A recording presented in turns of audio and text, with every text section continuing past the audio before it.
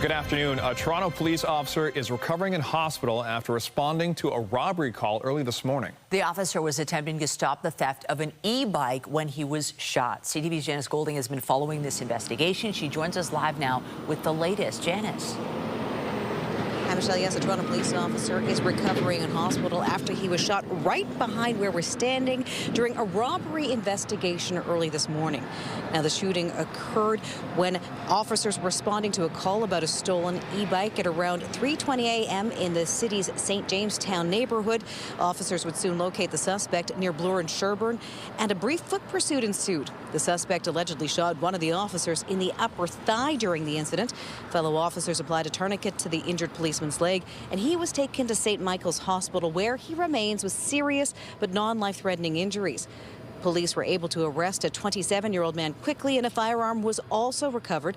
Investigators say the suspect was well known to police in southern Ontario. Here's more from police and the Toronto Police Association.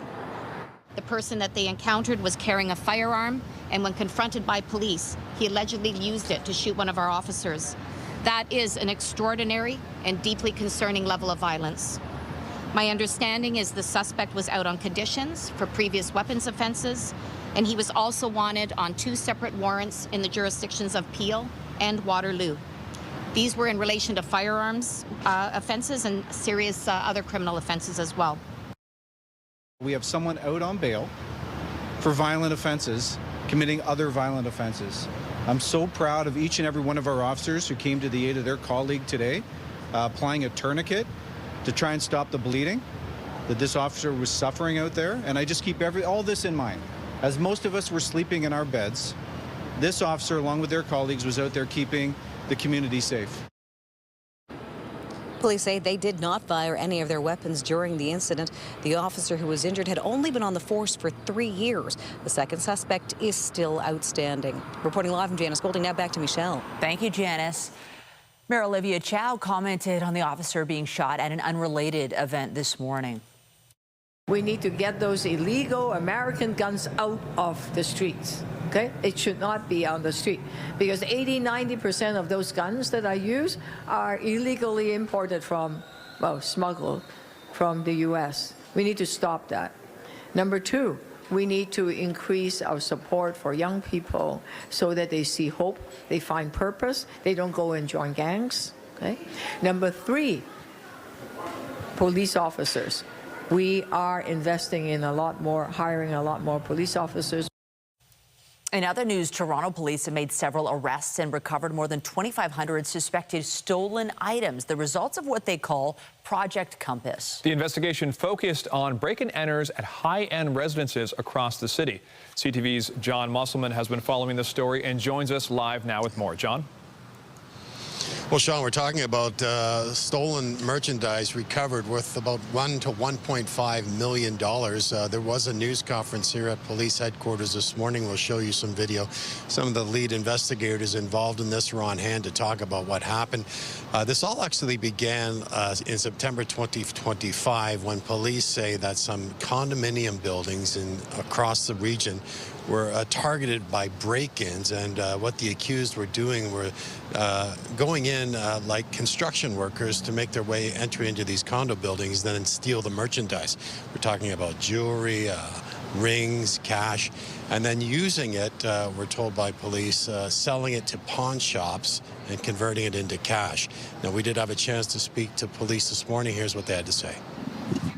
This investigation began in September of 2025 after investigators identified a series of break-and-enter offenses targeting condominium units believed to contain cash, gold, luxury watches, jewelry, coins, and other high-value property. Investigators conducted a detailed review of surveillance footage and quickly identified a pattern. Through this work, they linked an additional 8 to 10 occurrences dating back to May of 2025, as well as a primary suspect using evidence obtained at one of the crime scenes. Now, police tell us this is an ongoing investigation. Here's the other thing people need to keep in mind. The police have launched a website with the stolen merchandise that has been recovered. If you think some of the jewelry or watches may belong to you, you can go onto that website and make a claim. You'll be connected with police to prove that it is, in fact, your piece of jewelry. Reporting live at police headquarters, I'm John Musselman. I'll send it back to you. Thank you, John. Still to come, the ongoing war in the Middle East is creating major uncertainty at the pumps here at home. We'll have those details a little later on in the newscast. New data highlights how deadly e-scooters and e-bikes can be for children. The Canadian Pediatric Surveillance Program says 10 children died while using the devices last year, including 6 in Ontario. 12 more kids were admitted to intensive care units, while 26 were treated in hospital for more than 2 days. The data was released in an annual report emphasizing the need for better policy coordination and public education. Tens of thousands of people downtown and in the East End were left without power for several hours last night due to widespread outages. Crews are still working to bring some people back online. A neighborhood in the Beach was also impacted by a downed tree. Other areas, including Regent Park, Cabbagetown, and the Distillery District, were affected, as well as Riverdale, Leslieville, East York, and Thorncliffe Park. At the height of the outage, as many as 31,000 Toronto Hydro customers were without power. Hydro One says the outage happened while maintenance work was being done on a transformer station. Well, starting on September 1st, TTC customers will automatically receive free rides after a certain number of paid trips. It comes as part of the transit agency's new monthly fare capping program. CTV's Mike Walker has been following this story, and he joins us live now with all the details. Mike. Well, Michelle, starting on September 1st, fare caps will be at 47 trips per month. Any number of rides you take on the TTC after the number 47 will be free each and every month. Now, both the mayor and the TTC says this move is aimed to make transit more affordable in the city. This fare cap, you may recall, was first announced late last year and was approved in this year's city budget, costing about $3 million. Now, here's how it works. The TTC says riders should tap the same payment method every time. The trips, they say, will be automatically tallied and reset every month. Youth, adult, and senior monthly passes as a result of this fare cap will be discontinued at the end of August. Currently, an adult monthly pass costs more than $150. The mayor says this will allow transit users to pay as they go.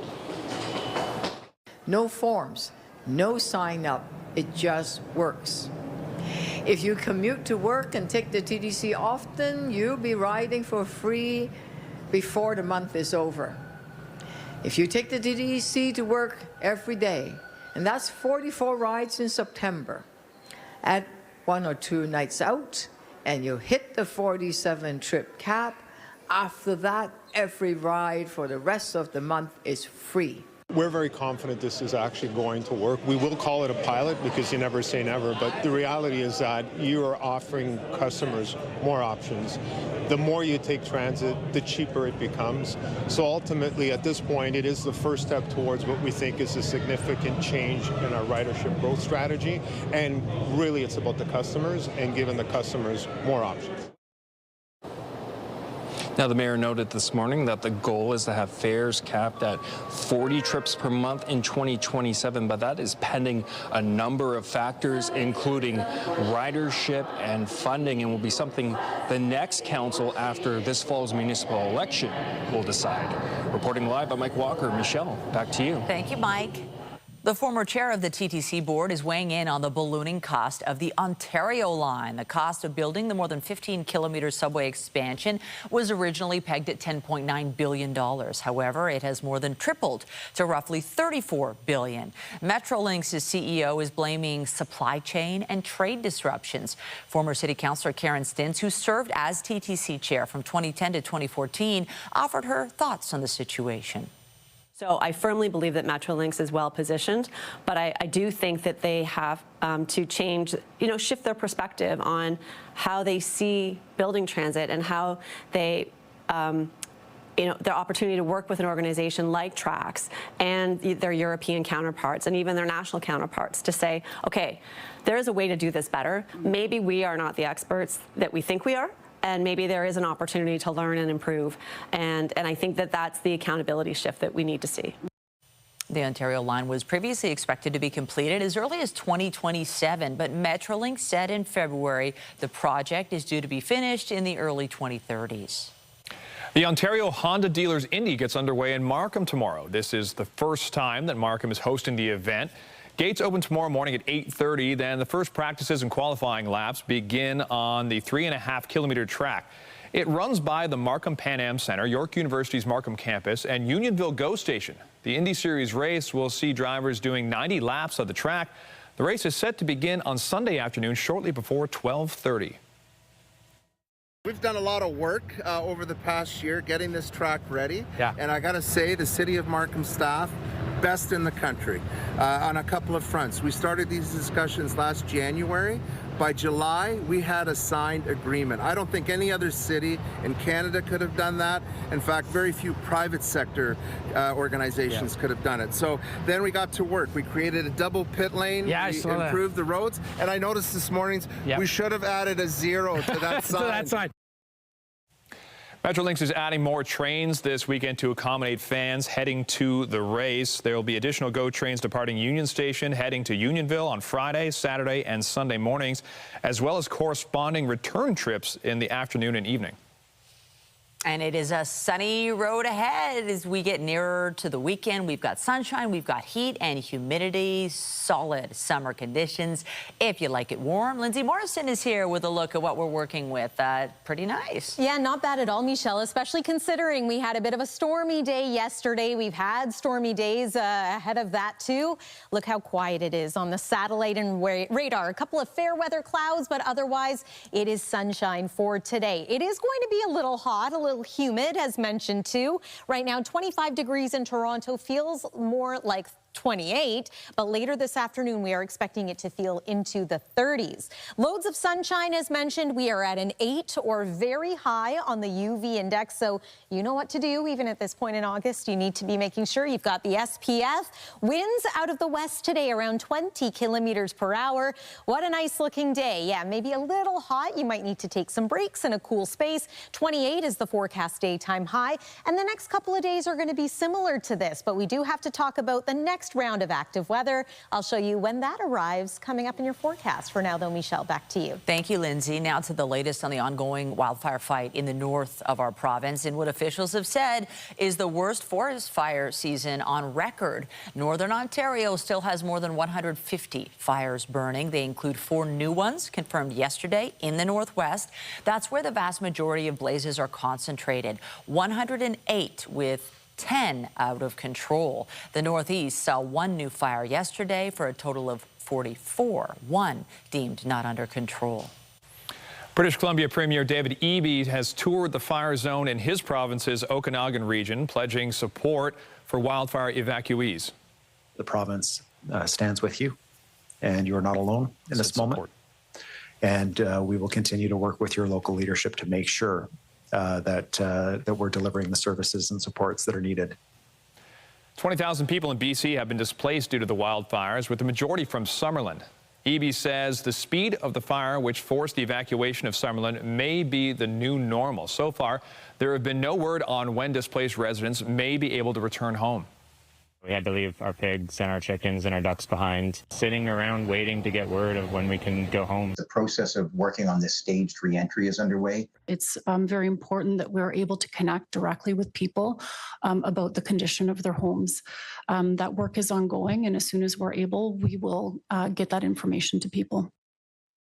There are currently 109 wildfires burning across British Columbia, with 50 fires still considered out of control. Across the province, there are currently 51 evacuation orders and 58 evacuation alerts in place.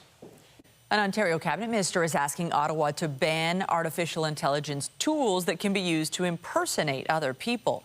Stephen Crawford, Ontario's Minister of Public and Business Service, Delivery and Procurement, sent an open letter to his federal counterpart. It reads in part, "We are urging the federal government to enact an all-out ban on AI deepfakes and impersonations, which can lead to significant harms for vulnerable populations, including children and seniors." This letter comes as Ottawa gathers feedback on its AI transparency plan plan, which could require labeling and all AI-generated content. Meanwhile, as AI services drive a surge in plans to build data centers, Oakville has enacted a one-year moratorium on new development involving these facilities. The town is the first Ontario municipality to take the step. Officials say the pause isn't permanent, but will allow for a review of potential issues like noise, emissions, and energy supply. Mississauga, meantime, is set to vote on a similar measure next month. Meanwhile, this morning, Premier Doug Ford revealed the framework for what he's calling Ontario's data center playbook. It outlines policies around the types of projects the province is willing to consider approving. By 2035, artificial intelligence adoption is expected to generate $122 billion in GDP for Ontario, creating more than 17,000 new jobs every year, and boosting productivity in everything from tech to life sciences and finance through our new data center playbook. Our government is choosing to build the economy of the future, to generate billions in economic growth, increase tax revenues, and create thousands of new jobs while ensuring data centers operate by the right rules, cover the full cost of their energy usage, and invest historic amounts in our communities. I want to thank you. With the sound of computer servers whirring in the background, Premier Doug Ford said he's also prioritizing projects that ensure more Canadian data is stored rather than south of the border. He also weighed in on the U.S.-Canada trade talks. More on that in a few minutes. The International Energy Agency is warning that global oil stockpiles are rapidly diminishing because of the war between the U.S. and Iran. But there is some good news. Oil prices are down. The North American benchmark West Texas Intermediate crude fell more than 2% this morning. It was trading at just over $81 U.S. a barrel. And the price drop happened despite traffic through the Strait of Hormuz remaining severely constrained. The U.S. and Iran are both still claiming control of the crucial waterway. Tehran effectively shut it down after the war began more than 6 months ago. The Americans later imposed a naval blockade on Iranian shipping and ports and said they would protect freedom of navigation. In peacetime, about 1/5 of the world's oil and liquefied natural gas is shipped through this strait. The uncertainty around the war in the Middle East is continuing to have an impact on gas prices here at home. CTV's Scott Hurst has been following this story and joins us now live with more. Good to have you, Scott. Hey, Sean. Good afternoon. Well, energy prices have been volatile for the past few weeks. Is there any relief in sight? At this point, the volatility is expected to continue. Prices have gone up and down, but overall, the price we pay as the consumer remains well above what we were used to before the attacks on Iran began, leading to the disruptions through the Strait of Hormuz. It really has been quite a roller coaster ride where one day prices have gone up on the backs of fresh attacks or fresh threats, and then you know, the next day or the next week prices might go down because it appears that the two sides might be closer to a deal. But still so much volatility despite the U.S. president insisting the critical waterway is open. As you look at really the national picture and the average for gas here at home across the country from province to province. And when the U.S. president insists the critical waterway is open, maritime tracking data does not back up that claim. Shipping through the waterway shows that on a day earlier this week, there were fewer than 10 vessels that made it through the critical waterway. Before the war, on any given day, there were upwards of more than 100 vessels that made it through. So with so few tankers getting through, it's hard to pinpoint any significant reprieve, Sean, for consumers. So expect that we could still be in for quite a wild ride for potentially weeks, if not months to come. Now, we saw the disparity you showed there all across the country, and there's currently a pause on the federal fuel excise tax, but it only lasts till Labor Day. What can you tell us about any calls to extend that? It has saved drivers every time they fill up since it's been introduced, and that has been through the typically busy summer driving months. But when the summer holiday ends, that is when this gas tax holiday is expected to end as well. You remember back in April, Ottawa announced the suspension of the fuel excise tax on gasoline and diesel until Labor Day. Now, just a few weeks away from that, this, of course, helping us save a few dollars every time we fill up. And some of the calls to extend it come from Ontario Premier Doug Ford, who penned a letter to the Prime Minister late last week asking him to extend the gas tax holiday at least through the winter holidays and the first of the year next year, if not scrapping it altogether, saying Canadians right now can't afford higher taxes at the pumps. From the federal perspective, of course, it means when they put this gas tax holiday on, it means saving us a few dollars every time you fill up. But for the federal government's perspective, it cuts into their revenue. So it is a balancing act for the federal government as it tries to decide whether Labor Day will be at the end of the gas tax holiday or if, in fact, Sean, they might extend that even further. Funny to think that we have been saving a little bit while paying so much more for gas. Thank you very much, CTV's Scott Hurst. Thanks, Sean. Canada's top trade negotiators will be meeting with their American counterpart in Washington this afternoon as U.S. President Donald Trump's next tariff deadline approaches. CTV News has learned that Janice Golding, Canada's chief trade negotiator, has warned U.S. Trade Representative Jamieson Greer federal officials will not be able to control the reaction of the public or premiers if the U.S. goes ahead with its latest tariffs. The 50% levies would impact a wide range of Canadian goods starting August 19th. Canadian and American officials are aiming to present a trade deal layout to the president before that deadline. CTV's Jeremy Charon has been following the talks and joins us live now from Ottawa with more. Jeremy, what insights have you been able to gather about how these latest trade talks are going? Yeah, well, Michelle, it certainly seems trade talks are ramping up or intensifying specifically this week. Canada-U.S. Trade Minister Dominic LeBlanc, along with Chief Trade Negotiator Janice Golding, today will meet with U.S. Trade Representative Jamieson Greer at 4:30. It'll be the second time the counterparts meet in a week. And so it marks certainly a ramping up of talks between Canada and the U.S., of course, in the face of those August 19 tariffs you just touched on. And what we've learned through sources, as you've also touched on, is that Canada is playing, a bit of hardball as much as it can, trying to set the stage for the impact the imposition of these tariffs could have on trade negotiations. If the tariffs were to be imposed, it would likely cause a ripple and would, raise significant reaction from within Canadians and within industry and from premiers. And so it would appear that this August 19th deadline for the imposition of tariffs is now also being used as an imaginary deadline, if you will, to try and get a deal done between the two sides that could lead to the backing off by U.S. President Donald Trump of those tariffs. So a lot on the line here today as we expect to see, again, the two sides, the Canadian side and the U.S. side, meet today at 4:30. We'll be watching very closely, Michelle, to see what comes of this second meeting in 1 week between the two counterparts. And let's talk about this major sticking point, which has been the U.S. booze ban. And maybe American officials have forgotten that it was put into place by provinces like Ontario as a retaliatory measure to Trump's initial tariffs. What more can you tell us? Yeah, exactly, Michelle. A direct retaliation to the way U.S. President Donald Trump has been treating Canada. And here in Ontario, Premier Doug Ford has been probably the biggest proponent of keeping U.S. booze off Canadian shelves as a retaliation. And so the big question now is whether or not the federal government, if it chooses to do so, can get buy-in from all of the premiers to use U.S. booze on Canadian shelves as a bargaining chip. The U.S. administration has been very clear. This is one of their top priorities. They want to see U.S. spirits back on Canadian shelves. And so the question is whether or not the Canadian side is willing to put that on the negotiating table. Premier Doug Ford today was asked about this specifically during a press conference. Here's what he had to say. We want a fair deal for Ontario. We want a fair deal for Canadians. And we negotiate through strength, not weakness. And we have to make sure that before anything happens, we protect our auto sector, our steel sector, our agricultural sector, our forestry sector, and our friends in the aluminum sector in Quebec. We need to protect manufacturing sector before we put any booze on the shelves whatsoever.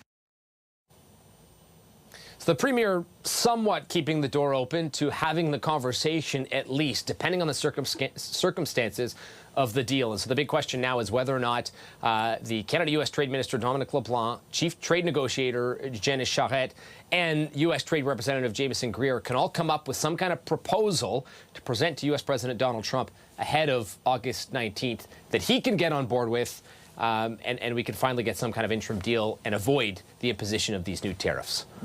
Can't wait to see what happens. CTV's Jeremy Charon live for us in Ottawa. Appreciate it. Anytime. Search and rescue teams are making a last-ditch effort to find survivors following Monday's earthquake in Colombia. But they do remain hopeful. At least 265 people were killed and 500 others are still missing after the 7.4 magnitude quake.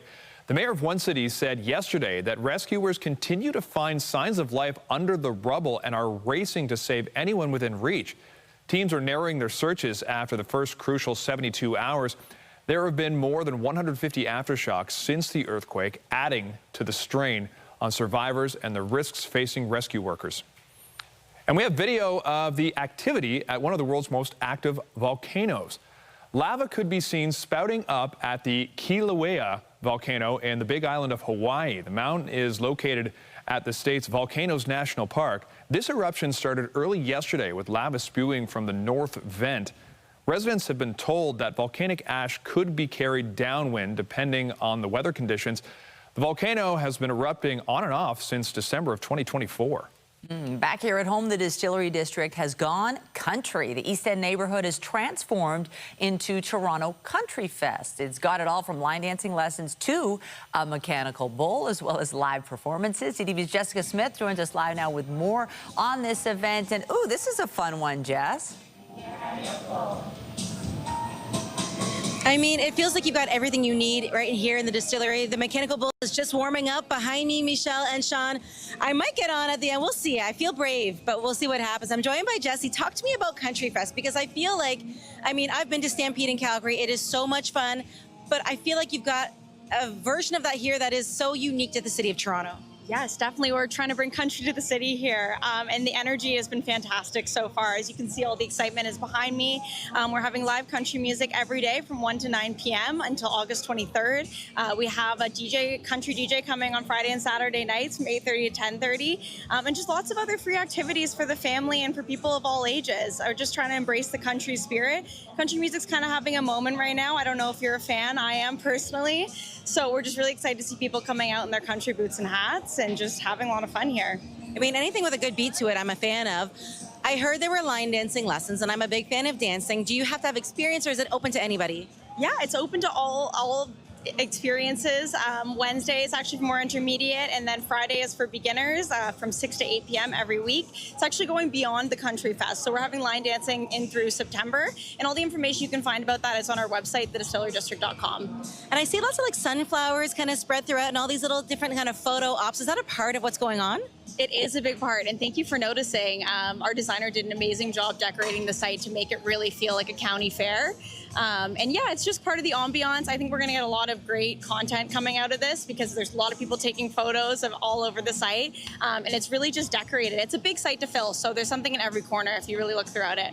And for people that have littles in their lives, is there stuff catered towards them? Because you want to come and have some fun. I mean, maybe not putting them on the mechanical bull, but for the little kids, is there stuff specifically geared towards them? Yes, absolutely. In the Pure Spirits Courtyard, we have a whole little games area set up.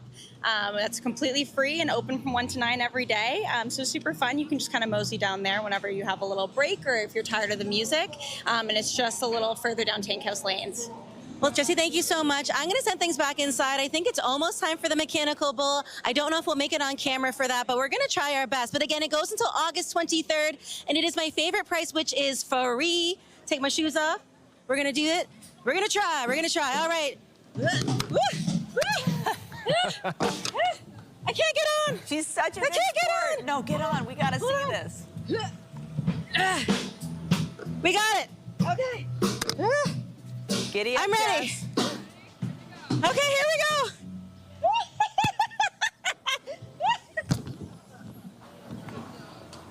Everything's great. It's so great. It goes until the 23rd, and it's free to get in. All right, round 2. Here we go. Yay! That was as graceful as you could be, falling off one of those things. We love it, Jess. You're such a good sport. Good job, Jess.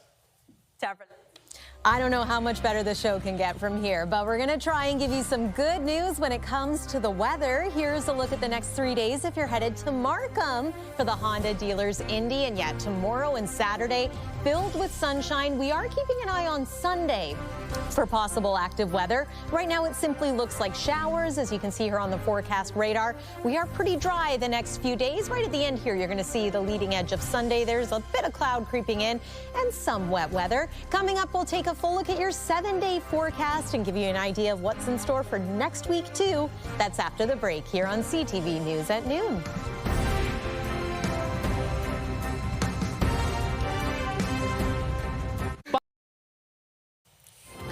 Welcome back. Lindsay Morrison joining us now. My daughter's soccer has been canceled many times on Thursday nights this year. How are we looking today? Today's looking good. You bring up an interesting point, though, Sean, because my son also playing baseball for the first time this season, and Tuesday nights have been tough, not just because of thunderstorms, but also heat. We've had 2 cancellations because of the heat, and that's just the kind of summer it's been. And today looks good, though, for your little one heading out to the soccer pitch or any plans that you may have for this evening. It is a little hot, but it's going to be dry, and we are filled with sunshine on this Thursday, with more to come for tomorrow as well. Weather is brought to you by the Presler Law Firm Injury Lawyers. You don't pay unless they win. So here's a live look outside. It is a blue sky day today. We've got a couple little clouds draping across the city, but otherwise quiet on the weather front today. We've had a couple of memorable storms the last few days, so it's a nice change of pace, I think, for most. You can go ahead with those outdoor plans without too much concern. It's 26 degrees right now in Windsor, but it feels like 35, so the mugginess has certainly arrived in that part of the province. Feeling closer to 30 in cities like Kingston, over toward Wyerton. Here in Toronto, it still feels like 28, but at the height of the day today, we expect that it's going to feel into the low 30s, perhaps feeling like 32. 28 degrees is what we're forecasting for a daytime high with a mix of sun and cloud. Now, so far, the provincial hotspot, Hamilton, 26.7 degrees. 26 degrees is now our seasonal norm. We're now getting into that point in the summer where the days are getting a little bit shorter and our seasonal average is getting a little cooler, but there's nothing all that cool about the weather the next few days here. We're going to remain quite warm. There's your evening at a glance. Looks good to me for a soccer game, maybe a baseball game as well, or there's lots of festivals and concerts going on around the city tonight. Weather looks good. Overnight, 16 degrees for a low, clear sky. Tomorrow, much of the same, quite similar, slightly cooler for us here in the city. 26 degrees, less humid, feeling more like 27 with a southeasterly wind this time. And pretty consistent highs across our province. Depending on where you're joining us from, you are likely to experience pretty typical temperatures for this point in the month of August. Slight chance, though, of there being a shower or a thunder shower in this part of the province. So eastern sections of Ontario, perhaps parts of cottage country or camping territory. Even now we see that on the satellite and radar in parts of northern Ontario, a few showers starting to develop. Here's our forecast radar. If you're focusing on Toronto specifically, you'll notice that it remains quite dry, but there's tomorrow. Again, Bancroft, Kingston, Ottawa, a little more unsettled. Might see a shower creep into perhaps the east end of the GTA, but we should for the most part stay dry right through Saturday. And then Sunday, it looks like first we're going to get a little bit of an increase in cloudiness, and then we are looking at a few showers. I don't think it's going to be a washout of a day. I wouldn't go so far to cancel any outdoor plans on Sunday. Just be aware that a bit of wet weather is expected to creep back in. It will also be a slightly cooler day, 24 degrees for the high, and then a chance of showers is going to continue into next week for both Monday and Wednesday.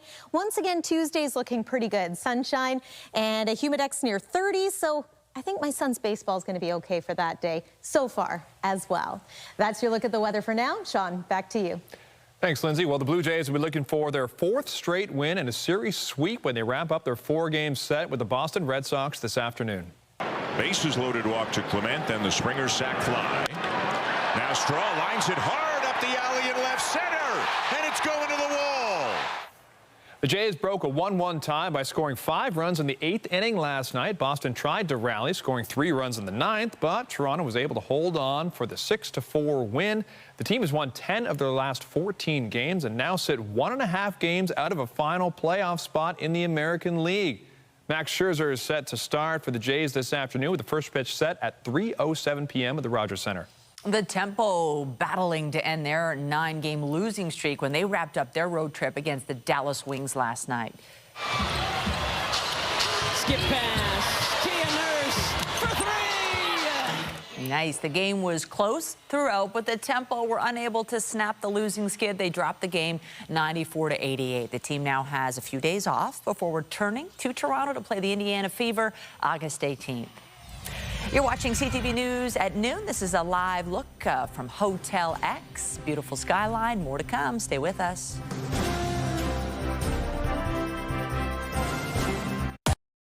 The province says it's adding new regulations ending social assistance for people living in Canada illegally.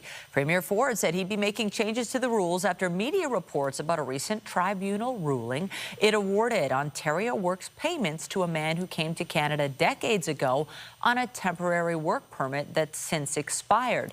The new regulations now cover both Ontario Works and the Ontario Disability Support Program. Children, Community and Social Services Minister Michael Parsa says the move will ensure taxpayer dollars are focused on helping people legally allowed to live in Canada. A woman from Winnipeg who was 7 months pregnant while on vacation in Jamaica recently gave birth in Florida. She was unable to return home after being caught up in the WestJet flight attendants' strike. CTV's Alex Carpa reports. Julia Henry and her husband Jordan were supposed to leave Jamaica on Monday, August 3rd, when WestJet flight attendants walked off the job. What they were offering us was either, I believe it was Friday, and we wouldn't get back to Winnipeg till almost Sunday, and then another flight was we wouldn't get home till Tuesday, the following Tuesday. Henry was 31 weeks pregnant. After going back and forth with WestJet, she says she was told they couldn't get on an earlier flight. The couple then spent more than $4,500 booking their own flights, flying to Fort Lauderdale on August 6th, with a connection to Winnipeg 2 days later, but they never made it home. I myself was in a lot of pain, and really I needed to see a doctor. I needed to go to a hospital because it was just not getting better. Henry went to the hospital around 5 p.m. and just a few hours later, her daughter was born, nearly 2 months premature. They just escalated from one thing to the next. Henry's daughter is currently in the NICU in Fort Lauderdale, where Henry and her husband need to stay for several more weeks. Julia's mother says the costs and the stress are mounting. Medical bills are piling up, and it's not just the medical bills. There's bills for everything. There's accommodation, there's transportation, there's the rental car, there's food. She believes the family might not be in this situation if WestJet got them home sooner. WestJet has not responded to CTV News' request for comment on the allegations. What we see here is WestJet flagrantly disregarding the law, misleading the passengers about those flights not being available. And unfortunately, in this specific case, the passengers are suffering the consequences. Henry says she still wants answers from WestJet about why she couldn't get home sooner. We're not going home as of yet. And yeah, it's caused a lot of stress. Alex Carpa, CTV News, Winnipeg. Still to come, a new study finds the average Canadian family spent more on taxes last year than basic necessities. We'll have those details when we come back.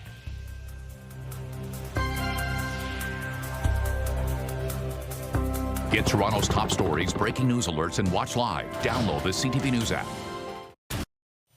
A new study finds the average Canadian family spent more on taxes last year than basic necessities. The study from the Fraser Institute found the average family spent 42% of their income on taxes, including income tax, sales tax, and property tax. That's compared to about 36% of income spent on housing, food, and clothing combined. Researchers say taxes have grown more rapidly than any other single expenditure for the average family. The market for new homes in Ontario could be experiencing a turnaround as a new report finds sales more than doubled in the second quarter of this year.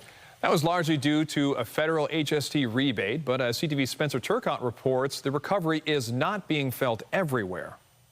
After months of buyers standing on the sidelines, there's finally some movement in Ontario's new home market. The data that we just collected over the second quarter of this year compared to last year shows a 130% increase in new home sales. Building industry data show more than 8,400 new homes were sold across Ontario in the second quarter of this year. Compare that with 3,600 during the same period last year before the HST relief. Taking up to $130,000 off the price of a new home put home ownership back into reach for a number of Ontario families. The recent report commissioned by the Building Industry and Land Development Association indicates 4,765 of the additional sales were a direct result of HST reduction, but there's a caveat. We've more than doubled, but from what levels? From basically historical lows of where we were. Realtor Sean Ramator says the biggest traction is in the freehold and detached market. Condos aren't experiencing the same jump. Regardless, his Waterloo Region clients aren't necessarily running to buy new builds, even with this new incentive. We have seen a bit of a bump, but I wouldn't say that, I've seen a 180-degree turn of now, phone ringing off the hook saying buyers are willing to get out there. And there's still a big question mark hanging over the market. Is the HST reprieve going to be renewed annually? We don't know that yet. So with the HST rebate set to expire at the end of March 2027, it's unclear if that momentum can continue without the recent incentive that gave many families a chance to start building a future. Spencer Turcotte, CTV News. A new pop-up cafe has opened on the Esplanade.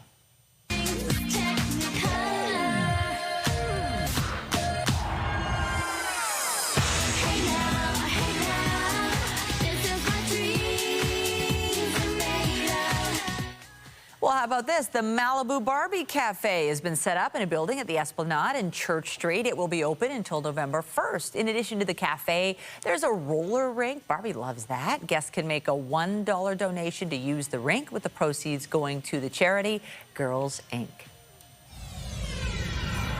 Coming up, beachcombing for an engagement ring. We'll have more on a community coming together to support a young couple when we come back.